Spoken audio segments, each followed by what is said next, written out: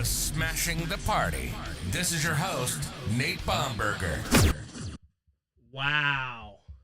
What a night. Listen, we're going to talk about Pride, the struggle, but it looks like I'm probably going to have a struggle bus today on this. Right before I started Pride, the struggle, that's what we're going to talk about. We're going to do a little history today.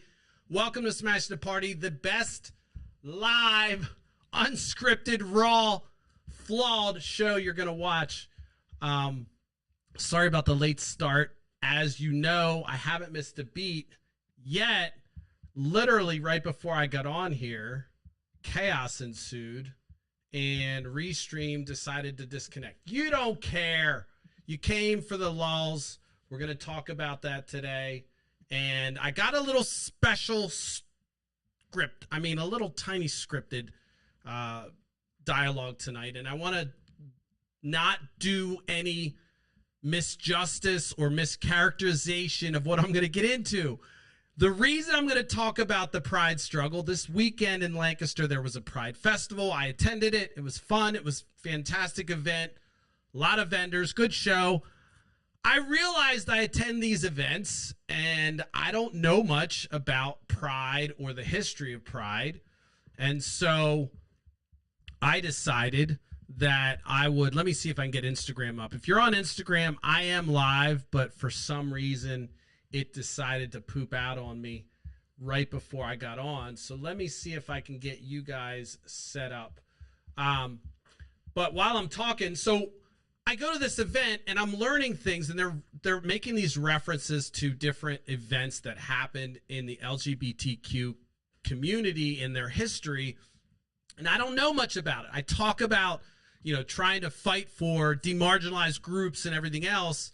And it's important to understand the history. So today, it might not be all spicy F-bombs and everything else, because I felt a little bit of reverence was needed today to talk about this, because there's some intersectionality, which is a new word I learned, that we'll discuss. I'll try to define that. And I don't want to do it any justice. I'm not a history teacher. This is a team of researchers instilled by myself that do this. So let me see if I can get on Insta with you guys on Instagram. Maybe you guys can see this eventually. I don't know if this will work, but I'm going to try it. I'm going to paste this in. Paste it in. Save it. See if it connects. So what I wanted to do is talk about things I didn't know about. And I didn't know about a lot. So some of this is going to be things that maybe folks out there more aware understand than I do.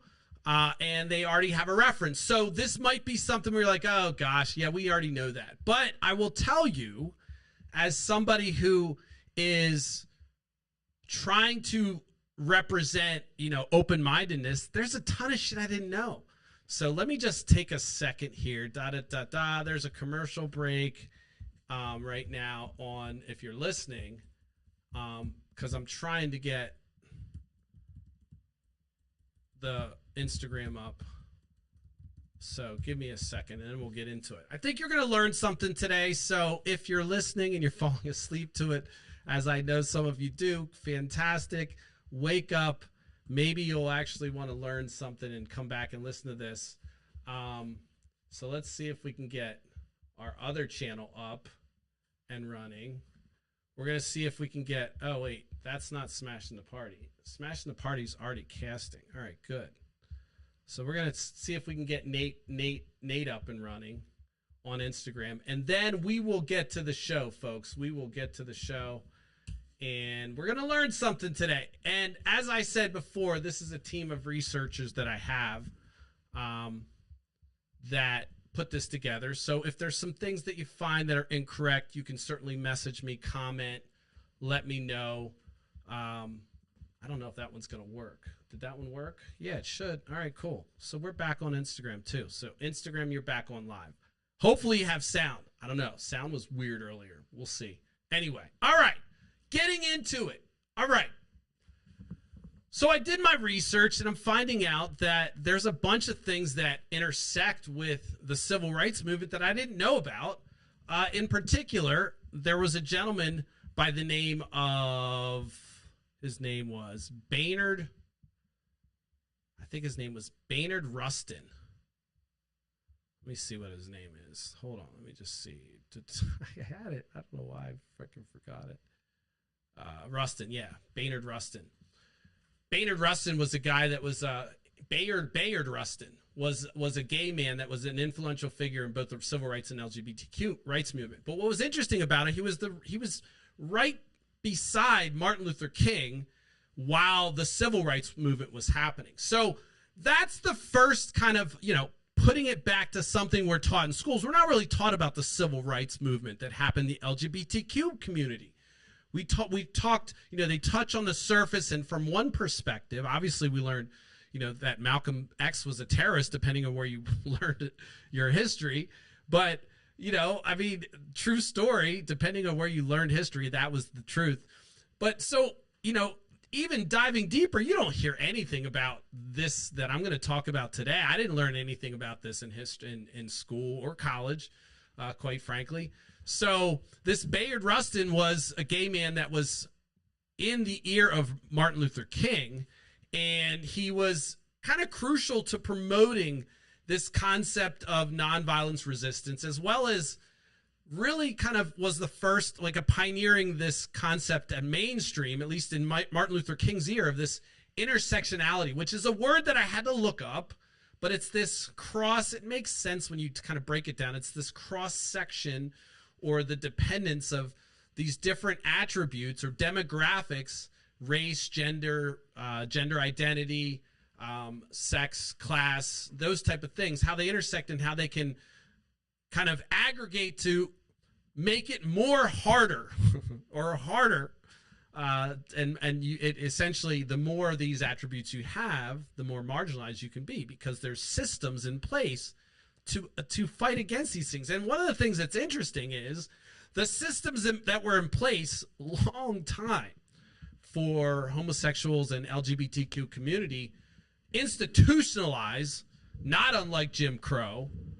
In fact, we're going to go through the history. You're going to learn a little bit, maybe things you didn't know. I didn't know, but this Bayard Rustin guy was a homosexual that was an advisor that was all at all the major events at the 1963 march.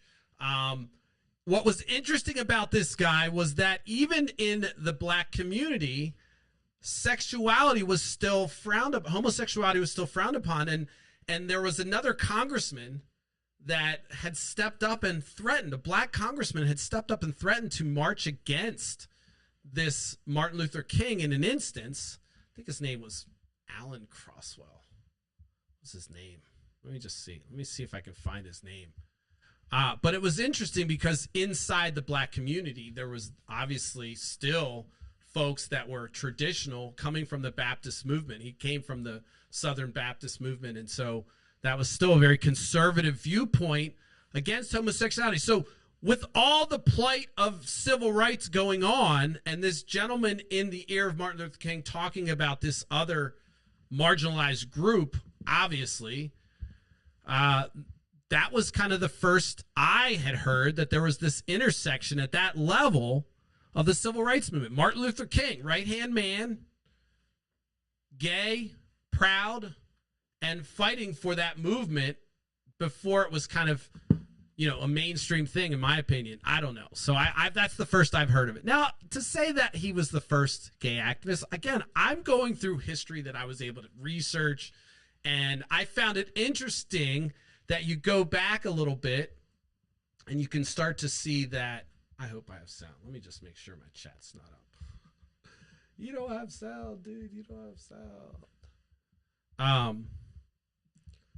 What I found interesting was it goes back to you have to kind of step back into history to figure out where this is all coming from, and some of the things that happened that the government or our communities justified this institutionalized kind of gender discrimination and gender identity discrimination and sexual identity discrimination. And what I find interesting is we're going to go back to Nazis. We're going to go back to the Nazis. And everyone, we know the Nazis were horrible, but they were even more horrible in that they thought of homosexuality as an impurity. So they sought out homosexual men, rounded up thousands were, like hundreds of thousands and thousands were arrested.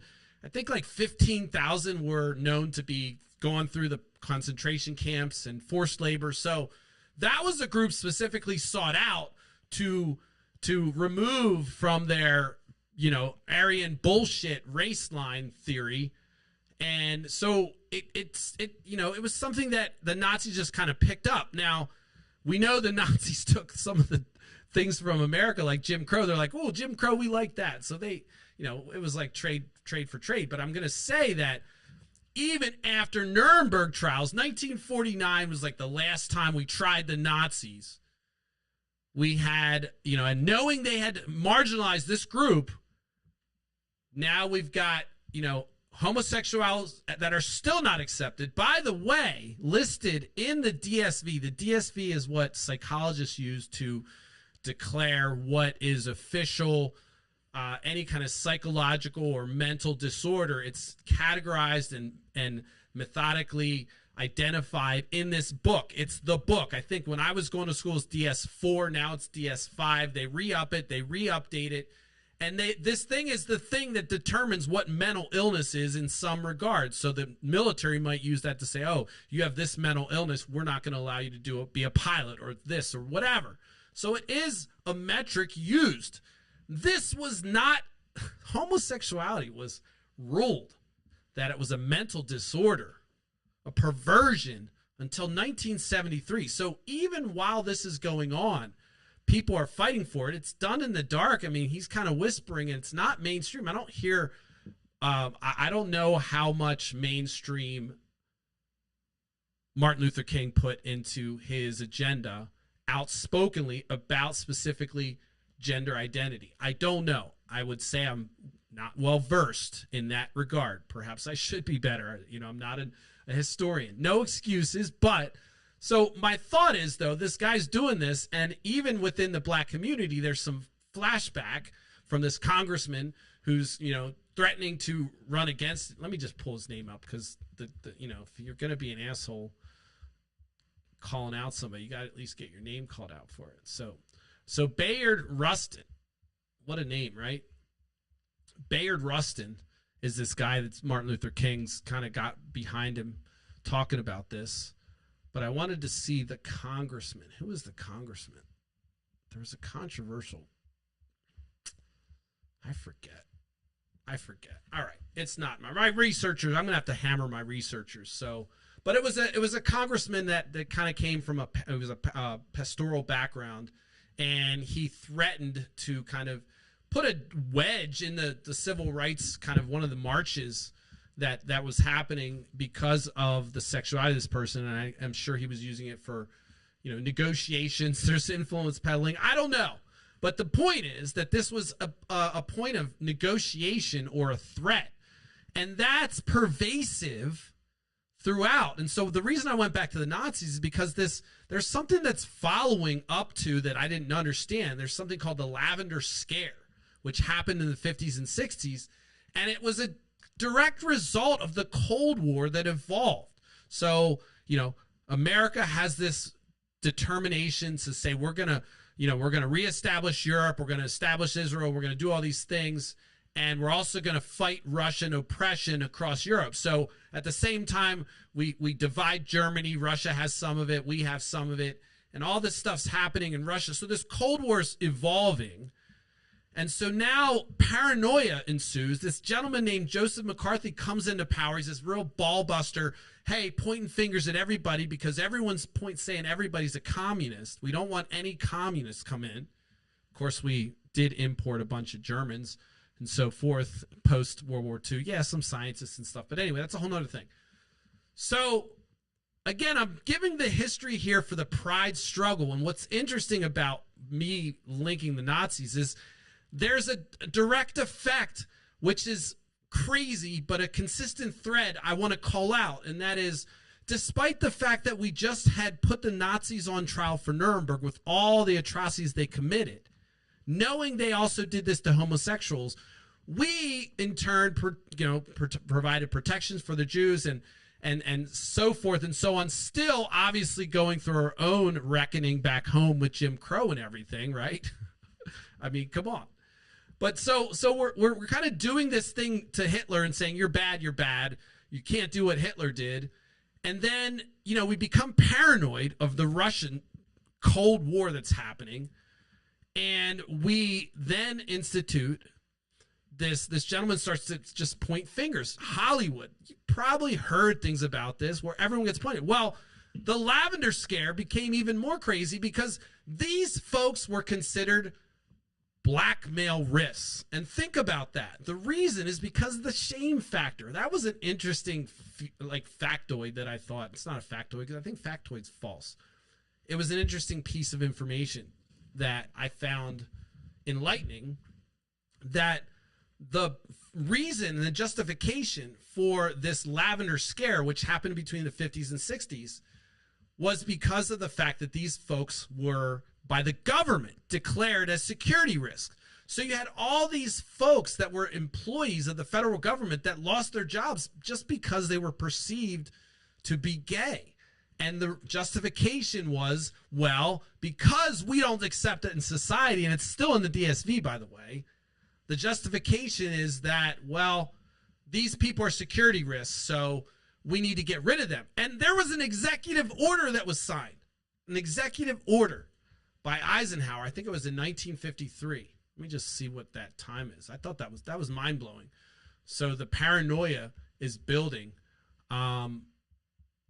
Executive Order 10450.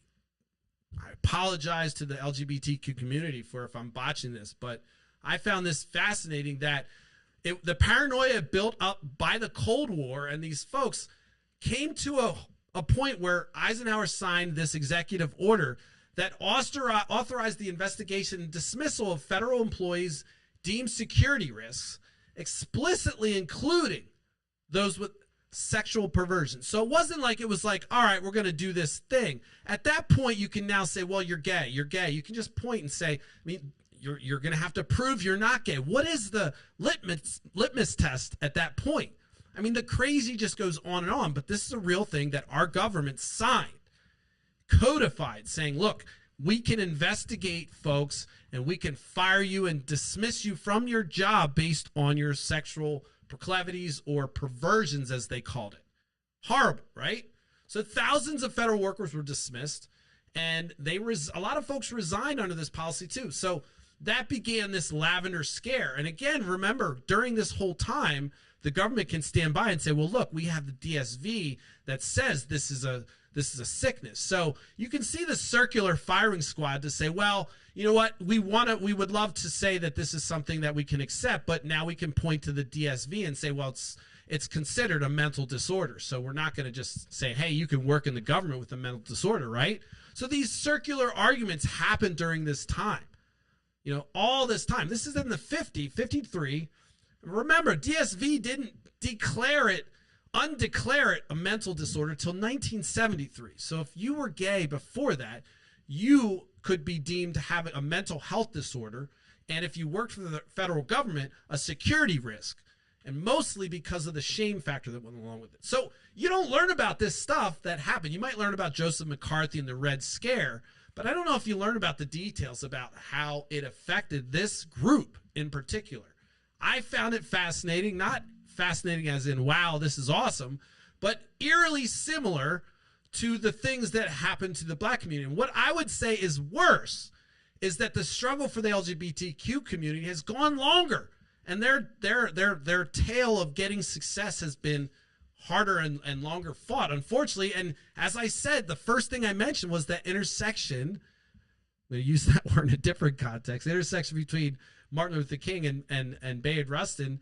And so this was happening at the same time we were doing sit-ins. And that's what I found interesting. There's a couple incidents that happened. Maybe you know about Stonewall riots. I'll talk about the Stonewall riots. Maybe I'll start there. Just get into it. Stonewall riots are the thing that a lot of people know when they know about the LGBTQ community. This is one of those issues that folks kind of reference as a catalyst to shaping and changing how the LGBTQ community was seen. And what it stemmed from was there was a inn, that Stonewall Inn, where folks frequented. And what I've another interesting piece is that let me just pull it up. So it's kind of interesting is that the Stonewall Inn was a place that was run by the mafia, and it was actually the mafia were paying off police to keep them out of this area and out of the bar, because they wanted a safe place and they didn't care. And even though that was happening, the police would still raid it under the guise that there were criminal enterprises and everything else. But it was really just a hangout, apparently. Now, let me just make sure before I go too far and people scream at me, I want to make sure I'm exact on this, the timeline here, just because some of the things I want to talk about are prior to the Stonewall riot. So maybe if you're LGBTQ and you identify that with that, then perhaps these might be things that, I don't know, maybe you didn't even know. Who knows? All right, I'm not trying to be like some, savant here, but I found it interesting. And again, I didn't even know that much about the Stonewall riots. So let me just pull it up real quick. Stonewall riots. So it was a gay bar in Greenwich Village. And in the 1960s, a lot of people hung out there that were gay and identified with different sexual identities. And so the police would often raid the folks there and for a variety of offenses, including public displays of affection between same-sex couples. So this was still considered illegal. Homosexuality was still, again, DSV. So it was still being criminalized, and legally people could be barred from working government or housing, employment, public accommodations, all that was still on the books. And the mafia owned the Stonewall Inn.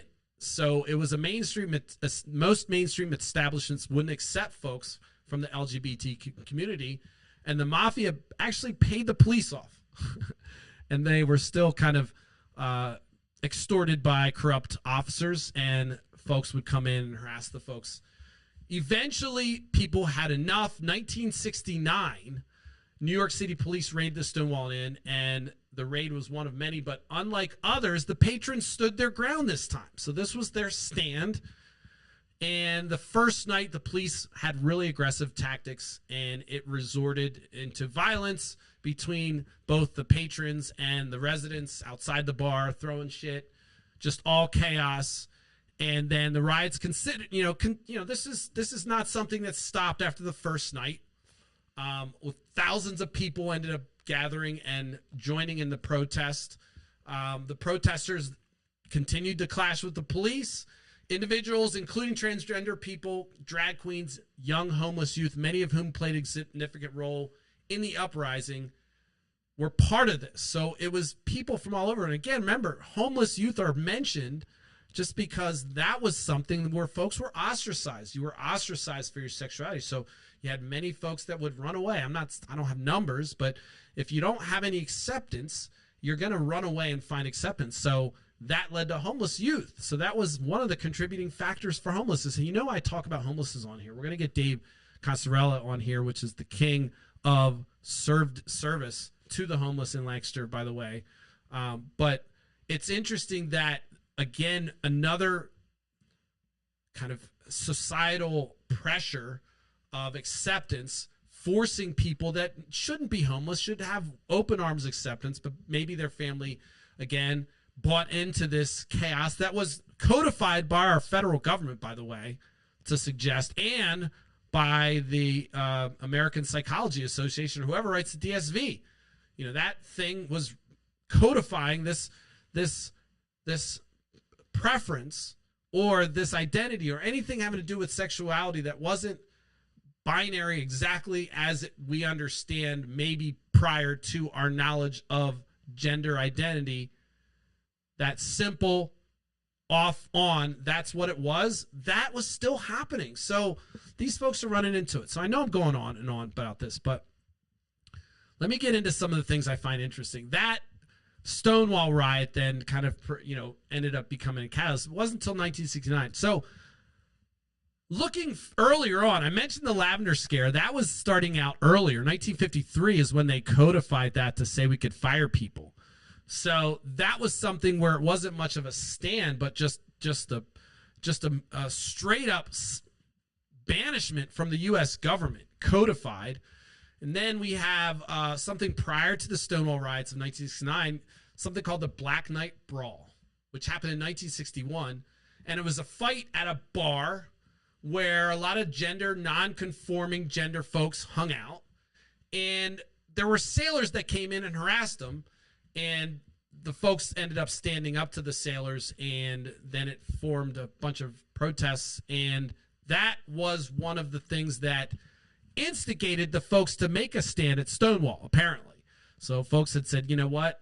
Fucking other people around the country are doing this shit, standing up. Then bring it closer to home. Philadelphia, Dewey's Restaurant was a chain of restaurants that existed, and there was one of the locations that was LGBTQ friendly or not friendly, and it was actually adamantly opposed to having anybody from the LGBTQ community coming in. And this is in 1965. Now remember, sit-ins were happening in the civil rights movement at the same time. Maybe earlier, right? But in Philadelphia at this restaurant, folks led a sit-in protest, and the community successfully pressured the company to change its discriminatory practices. So locally, Philadelphia is about an hour and a half away, hour and 15 minutes on the train. 1965, prior to Stonewall, there was a sit-in in Philadelphia at a restaurant fighting to make sure that patrons of all genders, identities, and sexual preference could be served. 1966, Compton cafeteria riot in San Francisco Tenderloin District. Transgender women and drag queens rioted against police harassment at Compton's cafeteria. Now, I find each of these instances, I didn't put in police brutality, but isn't it interesting for all you folks that are conservative, Republicans, noticing how the state is arming police against these demographics?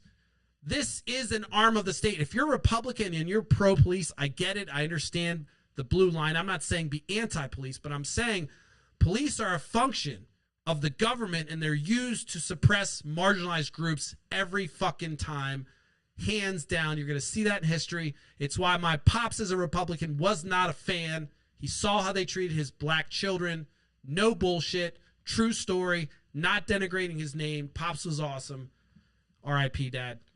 But true story, that was a Republican position because they saw police as an arm of the government, and they were actually anti-police at one point. Believe it or not, that was a conservative position because the fear was that you could have tyranny. The government could arm these folks. And what do you have? Looking at the history of the Pride struggle, as I titled it, you can see again and again cops used to suppress and marginalize groups, and backing the government institutionalized codification of people and by saying, hey, these are folks that we can marginalize and they shouldn't be welcome in any government, public housing, everything else. And so, of course, then the last resort is to make sure that the police can fight them. And so, in my opinion, the Pride movement's taking it right to the fucking government. They're fighting against the arm of the government that's used to oppress them. So at this Compton's cafeteria riot, again, police, transgender, drag queens, all fighting. I wanted to see it. I'm not saying it's funny, but I think that it would be just, apropos to watch a drag queen, with their heel. Not to say I want to see anything. Both, you know what? I shouldn't even laugh because violence is actually not even cool. But I think that you can kind of see the imagery that can be created from this. I don't want to get banned. Not advocating anything. In fact, I don't advocate against police violence or anything like that. Even though I might have a position against police, I'm not advocating for police to get hurt in their jobs either. So that's just a fact. I have friends that are policemen. So just be clear. I was just creating you could just see that there'd be wigs flying, makeup flying, and all kinds of objects flying. And it would be a non-conventional fight to watch, I'm sure. If you can imagine drag queens and cops going at it to the point where there's a riot. And so this event actually was one of the first recorded LGBTQ uprisings in U.S. history and predated the Stonewall riots by 3 years. So maybe a lot of folks heard about the Compton cafeteria riot. I didn't. Then there's another one that predated the Stonewall riots, which was the Black Cat Tavern. Now, you notice an interesting pattern here with the fact that these folks are hanging out at these taverns and these bars.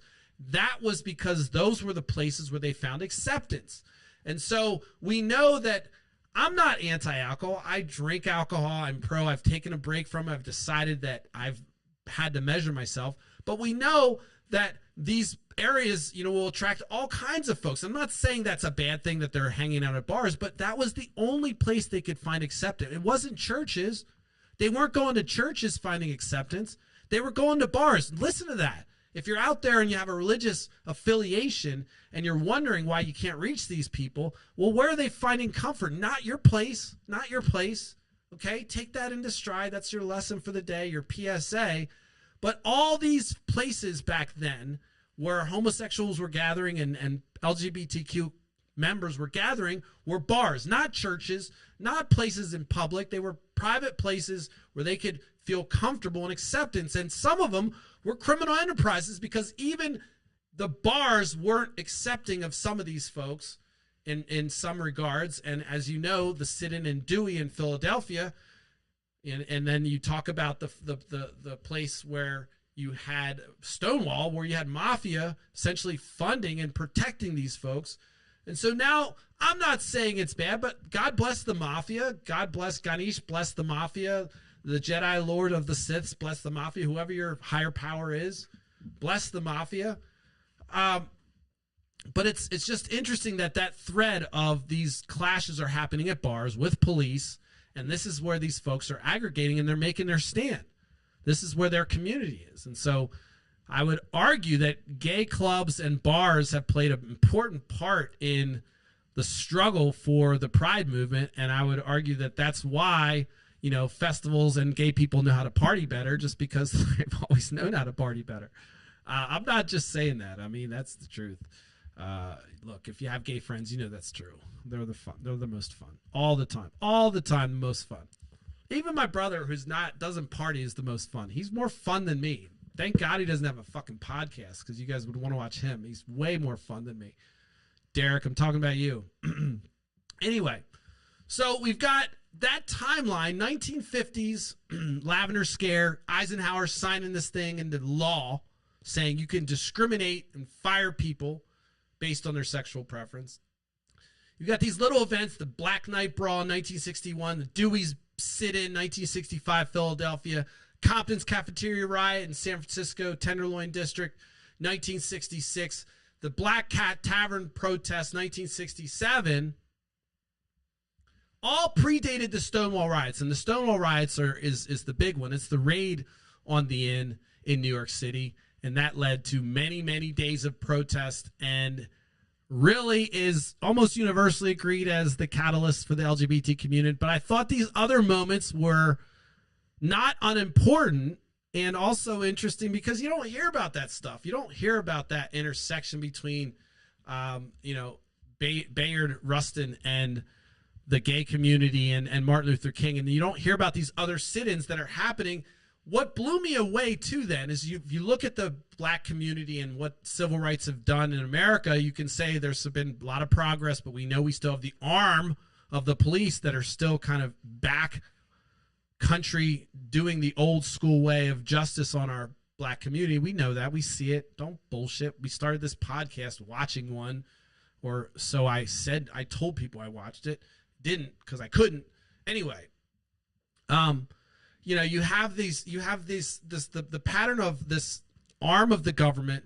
You have the black community kind of dealing with that, and you have a lot of progress. You have interracial marriage that was legalized in 1967, Loving versus Virginia.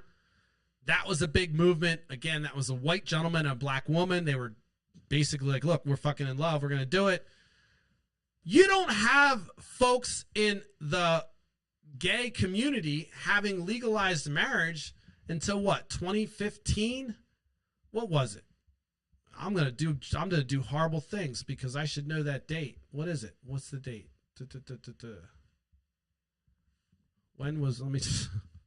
I thought I had it up here, but it was like something crazy. Like there's still fight. So 1973, it's still considered mental disorder. You got don't ask, don't tell, because they're like, oh yeah, we're gonna be okay with it, but not really. Let me just see what I can. Let me see if I can find it. So I want to get these facts right. But while I'm looking for this fact, I just found it interesting. The sit-ins, the sit-ins, very similar to civil rights, same thing. Many LGBTQ community activists were inspired by civil rights movement, and they were interested in fighting the same oppression that Martin Luther King talked about. And we know Bayard Rustin was a key advisor to Martin Luther King. There's also some discussion in academic circles, which I'm not a part of, about how coalition building activists took a lot of the things from the civil rights movements, and the LGBTQ community also kind of learned from building in that community. So there was some probably give and take both ways of learning from each other. I'm sure Bayard Rustin probably had his ear in Martin Luther King, was telling him certain ways and how to frame things, I'm sure. These were smart folks trying to fight for things that we're now kind of taking advantage of. In fact, we're still having to fight for these rights. And that's another pattern that really kind of stood out to me as I look at this. Let me just see the law back up. So, right, it's hold on. I just want to see the legal framework. 1973, 100. So what was it? When was gay marriage? I'm just going to look it up because I forgot the date. I don't know why. Yeah, 2015. Okay. So it was legalized in 2015. I apologize to my LGBTQ community for that oversight, but that is my point, is that wasn't legalized until 2015, 1967, Loving versus Virginia. So it took me a while to extract that from all my notes. I'll have to bash my researchers for collaborating and putting all these notes together. Interesting though, right? So you got these things that are happening in that community. You have the government codifying it.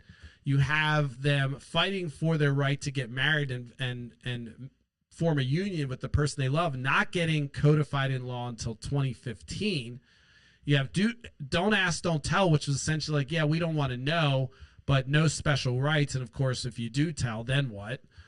You had that policy. So you kind of had this mishmash. And now you have folks arguing against people identifying the way they want and getting the help and the medical treatments that they want to do and identify as they want. And you can see how these things are linked. I mean, you have one group, and I started out with the Nazis, right? The Nazis doing this to people, them saying, hey, this is not okay. That's never okay. So when the Nazis are doing it, you have to say, what the fuck? So we have folks in this country still trying to create these laws to prevent folks from being who they are and saying, hey, look, you're wrong, creating shame around it, creating stigmas around it that force other folks to look at them differently. And we know trans folks in particular have a high suicide rate and also are at risk of being murdered by their peers and people and other humans. I say peers because right now it doesn't seem to them that a lot of folks see it that way. And these are things that go over time, but you can look at the pattern of the civil rights movement, of the pride, of what happened with LGBTQ folks, and you can see the similarities. You can see why on this show it's so easy to pick a side when it comes to these things. It's not even a question.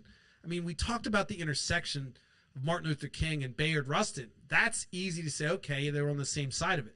But going further, it's always these marginalized groups that you have to fight for because they're coming one way after. They're just going to continue to think that that's okay and pick and choose. And I say they because it's not one person or one entity. It's kind of this disgusting thread of humanity that exists. And no matter what, you can go back to the Nazis and say, how could they do it? But then while they were doing that, we had Jim Crow. We were doing the same shit. It just depends on who the they is. who the others are, who the thing is that I don't understand. What don't I understand? What am I scared of? It's that thing that I have to say is wrong or incorrect or against humanity. And in many cases, train my children and train my community to be against this thing when I don't have any fucking clue about this thing. Let me be personal here and explain my complete lack of understanding of transgender folks. And I say that not because it's funny and it's okay. I'm saying it because as someone who empathizes with things and can kind of put myself in this situation, and maybe it makes me weird or it makes me empathetic or it makes me crazy, but I kind of just am able to see it from that perspective. It's very tough for me to understand that kind of dysmorphia. I don't have it. It doesn't mean that it's not real. It just means that I have trouble understanding and fathoming it. It doesn't mean I say, oh, because I don't understand it, it doesn't exist, or this isn't a real thing. I absolutely acknowledge it. I 100%. And I hope I'm not offending by saying this, but I just know that that's one of the elements where it's like when I think about it, it's hard for me to fathom my brain going through that, which is why these people are special. And so they should actually get more love and attention on trying to understand that, and as opposed to kind of isolating them and saying, oh, that's so weird. No, it's absolutely kind of unique and brilliant in a way because these folks think differently than what their physical or attributes might be. And so perhaps there's something innovative and crazy, scientifically amazing under there. I guarantee there is. And so that's how you have to look at these things. And I'm saying it because I truly don't understand what it feels like to be that. I can't, but I will listen and argue for that person to have their identity and be their true self. It's so easy. And you look at history, you look at the history of these struggles, you look at who's on what side, you have to start agreeing that police presence doesn't signify safety or goodness universally. Now think about that. Would you rather go to a highly policed area where policemen are on every corner with guns drawn, ready for battle, or go to an area that has no police? So when we take that to infinity, as I like to do on this show, we like to do induction and plus 0. What if we have 0 police? Okay, the criminals. What if we have 1 police? Well, is that enough? What if we have infinity police? Does that mean that we're ultimately getting the most safe? Does more police mean safety? So you're saying to me that if we have police everywhere, no, this isn't saying I'm defunding the police. I'm saying let's evaluate why we need police. And especially when we talk about these struggles, the struggle with African Americans, myself, you know my story. You've heard it. I got beat up by the fucking cops. Yeah, it's personal. And so, you know, I look at the pride struggle and I see these patterns, the same pattern of them versus the police in these different instances, and this leading to riots. Of course, they can always be called, oh man, they're destroying property. Look at them. They're destroying private property. That's so wrong. They could have done it peacefully. Absolutely not. Not all the time. Sometimes private property is the thing. It doesn't, as long as it's not a person. I'm not opposed to riots that happen in protest of humanity. And I'm not saying that people should go out and riot. Hell no. But these things that happen to folks that are marginalized, sometimes they're at their wits' end, and I can understand it. I can see how that can happen. Okay? So no, I'm not suggesting rioting. God, this is probably going to be fucking low on the damn algorithms today, folks. YouTube, fucking, you're flagged. Encouraging bullshit behavior. I'm not encouraging anything. In fact, this today was, if it does get flagged, it's fucked up because I'm referencing events that are true that happen that lead to kind of where we're celebrating this month and what it means for folks that are in that community and the struggle they still have. I mean, 1973, before that, you're mentally insane. And then you're not allowed to get married until a couple years ago, less than 10 years ago. You're not allowed to get married. Is it 2025 yet? No. So we're less than 10 years. And you have, even in this local community, people causing a ruckus every single fucking time. We have some kind of event with the LGBT community that has to do with the library or reading or drag story, they're still fighting this stupid old Nazi-like battle against people. I mean, I'm making that comparison on purpose. When you're against folks being who they are, you're acting very similar to a whole bunch of people that we have a history of putting them on trial and saying, no, that's the wrong way to do it. They did that. They persecuted homosexuals. They did experiments and looked at it as an illness and looked at it as a wrong thing. And that is, to suggest that we're going to do something similar to them or even ostracize these folks or even create an environment of shame for them makes no sense. But you have to say, if you're going to argue against policies against LGBTQ communities, you have to say that there's some linkage between that and not the way the Nazis thought. I mean, that's just an easy leap. It's not like a jump. And you could say, oh, my religion. No. This is saying you know better than someone else. You don't have to fucking understand it. Your religion doesn't have to explain it. But what you do have to understand is these folks have a right to exist exactly as they want, and their struggle has been going on for a long time. In fact, I would argue their struggle's still going on today in many, and sure, gay folks are less marginalized, but we know that even folks that are homosexuals in certain areas of the country are still high risk. Doesn't matter where you are. So I don't claim to know everything about LGBTQ community. I have a brother who's gay. Maybe a brother or two. I don't know. We'll just leave that one for the guesses, the wild guess world. But not me. I'm fine. I mean, there's nothing wrong with it. But my brother who's openly gay came out in 92 or 3. Funny story. I'll have to ask him if I can share that story sometime because it's hilarious. And my brother is way smarter than me in his use of his coming out of the closet for his advantage. And he will watch that and think that's funny. So love you, brother. Anyway, it's something that I don't know as a personal experience, but I do fight for these folks. And I speak, I did do an interview with a trans person who is post-op on Smash the Party when I was doing it the first time. It's still online if you can watch that. It's with Chloe, who she's a sponsor for. I'll just let you go check that out. It's an interview. So I've always been an ally. I just don't know enough history. And so today was my effort in diving in a little bit and learning things about the LGBTQ community, their history in America. This is by no means comprehensive. But I think that, I was inspired to learn based off my experience this weekend. There was a lot of references to folks that may have, you may have heard Harvey Milk. I think, there's things that everyone knows about, but maybe these lesser known things are interesting. And especially the parallel that I see with the black community and the civil rights movement doing the same things, having sit-ins.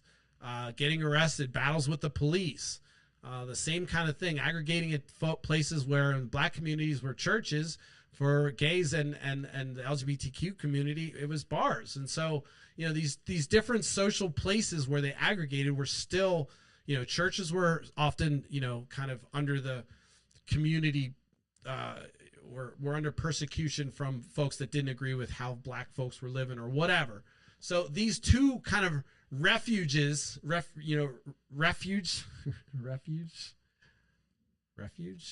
See, that's what happens in my brain.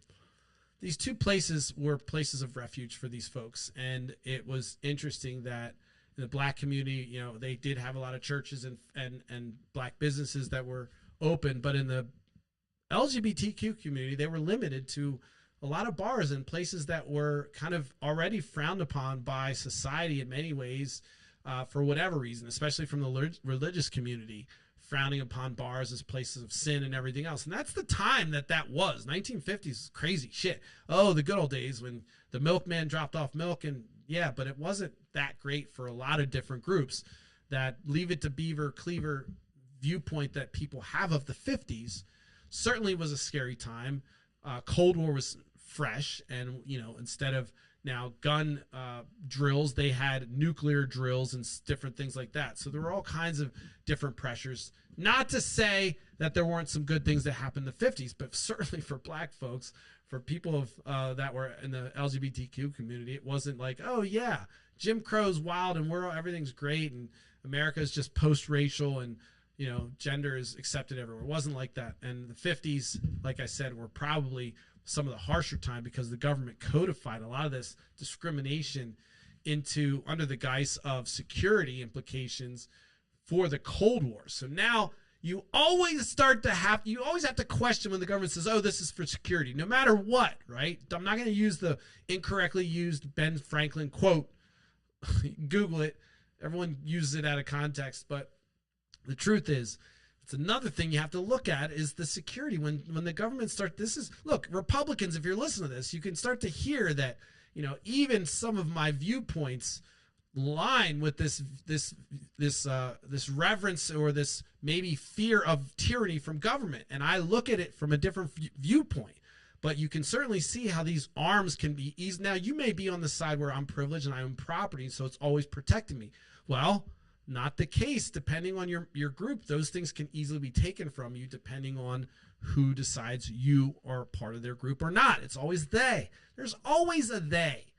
That's the disgusting thing that I think is another pattern I'm extracting from this whole fucking thing, is that every time, no matter what in history, whether it's America or Nazi Germany, whatever, Israel right now picking on Palestine, it's always somebody, there's always a marginalized group. There's always some they that's causing problems or whatever. And while they're also powerless and we keep them at bay, they're also this simultaneously powerful enough to topple civilization. So we have to manage them. That's the philosophy that happens against these. Same thing. I guarantee you there are liberal folks who are like, yeah, you know what? I can see how, if you're gay, you could certainly be blackmailed. And so, yeah, we got to do this law, even though. So you have folks that just kind of go along with the zeitgeist. So there's this thread of theys and pointing figures. And there's always some marginalized group to pick on or find the reasons for some effort. And in this case, the wars that go on, we have a military industrial complex that will not stop at always making sure there's a boogeyman somewhere on this planet. There's a fucking boogeyman. And sometimes the boogeymans we have. That's the truth. But all this stuff is linked because you can see how these movements, just an LGBTQ movement, the civil rights movement, they're larger than just movements of people trying to get their rights and their identity. It's kind of a movement for humanity to try to get our shit straight, saying, look, enough is enough, picking on me, I'm done. This is, and hopefully finding power. In some cases, we've gotten to the point where these folks can't find power and we've entrenched them and we've marginalized them so much that we even have countries marginalizing them and institutionalize that marginalization as if it were they were claiming their own land. And I say that with all due respect to every person of Jewish faith. It's the Israeli government that I feel is carrying on this legacy, not unlike what we saw happening to folks in the LGBTQ community, but you have a government institutionalizing this marginalization against these folks and people just buying into it and saying, well, you know what, they started and got it. No. When a government comes up and starts to marginalize a group, you have to just stop and say, whoa, wait a second. What is this? Why this group? Why aren't there negotiations? This is a government, a big, powerful entity that exists beyond you and me, our lifetime, our children's lifetime. It's going to exist. It's going to just continue on and on and on, hopefully, right? And so why shouldn't it have accountability? But it doesn't, and we know this happens, and we know that oftentimes security is one of the things that the government uses to institute, let's just say, Patriot Act. We know the government uses this to create laws and legislation to marginalize folks. Trump's going to continue to do it. Now, when you start to see Trump saying, oh, the Muslim ban, stop. You got to question it. That's the government coming after a marginalized group. So start to question it, even when it's not something that you agree with. You may not be like, your religion may say, oh, LGBTQ community, blah, blah, blah, and it's all bullshit, and you may say that. But that doesn't mean they're not coming for the next group or your group. So even if you're into religious freedom, you should be supporting these marginalized groups. I don't understand how folks that are finding their own true religion in this country where they can freely worship and make up or believe whatever they want are not on the side of these groups. Even when it's instruction, then fucking religion instructs it. You still aren't taking the right side. You still are on the side of supporting legislation that's against these people. It makes no sense to me when it could easily be turned out in these institutions that you're supporting, like, oh, Christians, we're pro-cops. Those cops, those same cops can be used against you. And I'm not saying this cops, you're not all bad. I'm saying this cops aren't there. When you look at a society and you say, wow, they have a lot of cops, that doesn't mean safety. I point you to many countries in the beautiful, where Norway and Sweden, where they have places where there's no cops, then people just leave their bikes out and their kids out in little carts in the cold winter, and no one cares because there's no cops, because there's no need for cops. They don't need them. I'm not saying there aren't any cops, but that's what you want, right? All right, look, I went pretty long on that, and I hope I didn't get or do injustice for LGBTQ community. I thought those were 5 things that I found interesting. Also, the timeline was prior to Stonewall, in that a lot of folks in the gay community and the LGBTQ community have heard of Stonewall as being one of the catalysts that kind of changed and got people thinking differently. But I thought those other things were interesting, and also specifically the fact that there's that linkage between civil rights. And we know that the folks that are on the wrong side of history on this are going to be the same folks that were on the wrong side of history back then, and the same folks that are going to be in the wrong side of history going forward. It's when you try to push your morality and things that you may understand onto folks and onto things that you don't understand. And sometimes you don't have to understand anything. That's why I was saying about my personal anecdote, not because I'm taking pride in my ignorance. I'm just saying that it's not really possible for me to understand fully without maybe experiencing that dysmorphia. And I don't even like the word dysmorphia, if that's probably incorrect. If that's a negative connotation, I apologize. But this identity, this identity aura that this person may or may not have that I can't relate to, doesn't mean that I have to say, oh no, they're not real and they deserve to be marginalized. In fact, it makes me more curious to understand it. I would be inclined to say, let's learn about it way more and put them in safety and curate them and make sure that they're uplifted and hold them in high esteem, because these are unique individuals in a way that many people obviously don't understand. And so, what I also am just going to throw out there is there's a lot of folks that are trans that are into very unique hobbies and so forth, and probably because they find acceptance. But I find that there's a huge amount of trans folks in the cybersecurity community. I'm not sure why that is, but it's probably because it's very welcome. It's very kind of you work on your own for a little bit, then you're part of a group and you contribute. But so I say that because these are stereotypes, but there's interesting places where they will aggregate to find acceptance even today, where there's not more acceptance in mainstream. Now there is, in some circles, becoming more mainstream acceptance.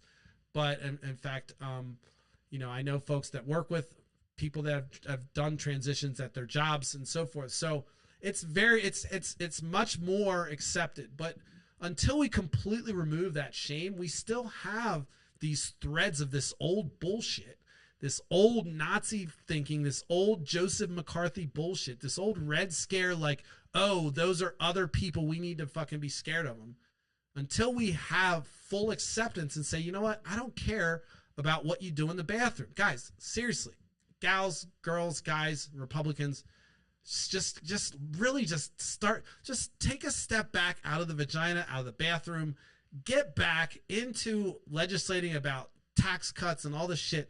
But you're way simultaneously intruding upon folks that have the right to be who they are in ways that just don't make sense. So another hypocritical moment. But if you're conservative, start thinking about that. I mean, every single instance, and just because I mentioned groups that maybe you don't care about, black community or the civil rights movement or LGBTQ, what is the arm of the government that's being used to stifle them and shut them down? And why are we continuing to give them more weapons and militarize them? I have no idea. It's worth asking the question. I didn't say defund the police. I just said it's worth asking the question. Now, in summary, I'm going to wrap by saying I learned something today that I didn't know. Hopefully you did, and hopefully you can hear me. I felt it compelled to dig in a little bit and just understand more about some of the references that were made at the festival for these folks that are celebrating. It was a great time. I'm very open-minded about LGBTQ community. I have brothers, families, friends in the community. And so I hope I didn't do any injustice or say things wrong, but maybe somebody's out there is inspired and they learned something today. Maybe they found out today that the reason Nate talks about these groups and so easily is able to move between these groups no matter what their plight is because they're all following that same fucking thread of being marginalized. And then there's institutions, sometimes codification of law that makes it hard for them to break out. And we kind of sit on those laws. We sit on them. And then we look at these groups and say, oh, why are they still marginalized? When we have these whole institutions that we need to continue to tear down, create more acceptance for that Star Trek viewpoint that I have, that utopian view where no one gives a shit about who you worship or what you do on Christmas or who you're fucking. No one gives a shit. You just talking about going to the green alien place and maybe just, I don't know, going to Frontiers, whatever. But if you watch Star Trek, you'll know what I'm talking about. Anyway, last but not least, as you know, I didn't do After Hours this weekend. And let me put a bow. I always like to say, let me put a bow on it, just because you probably already fell asleep.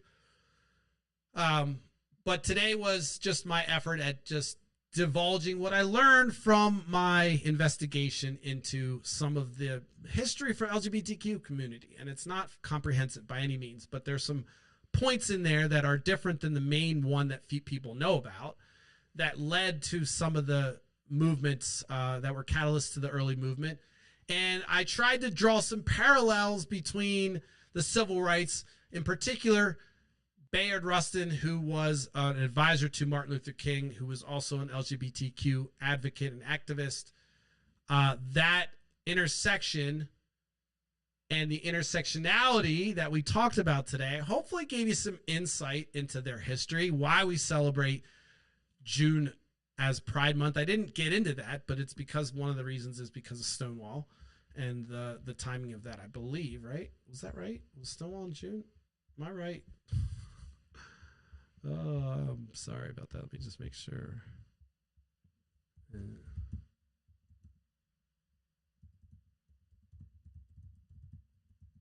have so many notes here. What was another thing? Oh, gay marriage. So that was an interesting thing that I didn't really get into too much, but yeah. So Pride is celebrated in commemoration of the Stonewall riots. And it started in June 28th, 1969. So again, sorry for butchering that, folks. If I did butcher some of the facts, I think I got most of them right. I actually didn't just do research. I checked and read some of the articles prior to, and not just, I just didn't use AI to aggregate it. I actually went through and looked at the sources. So I'm just, my recollection, I wasn't recalling the dates, but I think I got the facts and the sequence right. And that my main point was that there's some interesting events that happened in that movement that you probably didn't learn about in school. There's an intersection between that and the civil rights movement. In fact, they're kind of chained together and they're tightly coupled. And that's why we will continue tightly couple our plight for fighting for the homeless, the less, the marginalized, the folks that don't have anything, the folks that don't have any power. It's easy to pick that fight for us, and it's consistent, and it's just easy. You can look at it through this lens, and it works everywhere across the board. We are allies. I say we because it's a team of researchers and designers all in my head. But I'm an ally, and I support LGBTQ community, and I had a great time at the Pride movement, and I will continue to advocate for that demographic. In particular, it's personal to me. So hopefully you learned something today. Maybe you did, maybe you didn't, but I didn't even know really much about the Stonewall riots. I didn't really know about the mafia connection or any of that, so I found that pretty interesting. Going forward, I do want to talk about this weekend. I'm holding off on After Hours. I want to make it tight. I've got 3 guests that are probably like wondering what the fuck. That's okay though. And part of what I'm trying to do is make sure that I'm doing it justice and I can follow up with a good edit and do the things the right way. So maybe I'm having a little design paralysis or maybe chasing perfection, because I know I already put a couple interviews out there and they're not perfect by any means. But I just know that, I'm seeing things now that I'm not seeing, didn't know before. So you kind of look at it with this eye, and I need to probably just pull the trigger and do it. I know folks are clamping at me to do more interviews, and I do enjoy it. So I promise to do them. But I'm just I'm not going to beat myself up about it. After Hours is something where it's going to be not Nate, and that's important. But it's also important that we continue to press on with Smash the Party. And I want to say the numbers are great. This is the biggest profile that I have now. I don't know what happened to maybe I haven't been on TikTok for a while. Maybe I need to get back on TikTok. But a lot of things dropped off on my personal profile, and things are rising on Smash the Party. I think I have like 11 views on my YouTube. Like maybe like 11 people, and it's not one of them's not me. So we're getting to 10 views on YouTube. Jokes aside, we know that's our hardest market to hit, which is why we're going to continue to work on our quality here, make sure our sound's good, everything else. I want to give a shout out to Nikki. Thank you for saying that, but I also thank you for coming up to me and saying really proud of me and that she really loved the podcast. I'm calling her out specifically because I told her I would. She was with her husband, Tom, and I saw them, and I want to mention that while I'm giving them a shout out, I do not want to continue to give people shout outs, because you are going to come up to me and say, hey, your show is great. And I'm going to recoil because I'm knowing that you're watching me while I disclose this weird ass thing that's kind of my diary, personal journal / vent, rant, monologue. So jokes aside, I appreciate it. But it's always nerve wracking when people talk about the show and they're standing there, because then I'm like, cringe. It's like listening to your own voice. That sounds really kind of self-absorbed. I get it. But I do want to say, I do appreciate the fact that that was a very, very warm and welcome accolade that I needed. It's nice to hear. And, one of the things that she said that really I appreciated, and something else, I had another conversation with somebody else at the happy hour at Candy Factory. And he was talking about the same thing, but it's the consistency. So she's like, yeah, you're being consistent. And that made me happy to know that there's an effort here. Look, I was off by a minute or two today. We know. Fucking Restream wants to do all kinds of crazy shit, right? When I get online, that's fucking bullshit. But I'm doing it. And I will say that looking at the aggregate product, there's not many folks that go online 4 nights a week, unscripted, raw, put together cohesive, maybe cogent arguments, maybe entertaining content right off the top of their head with little research and little fanfare.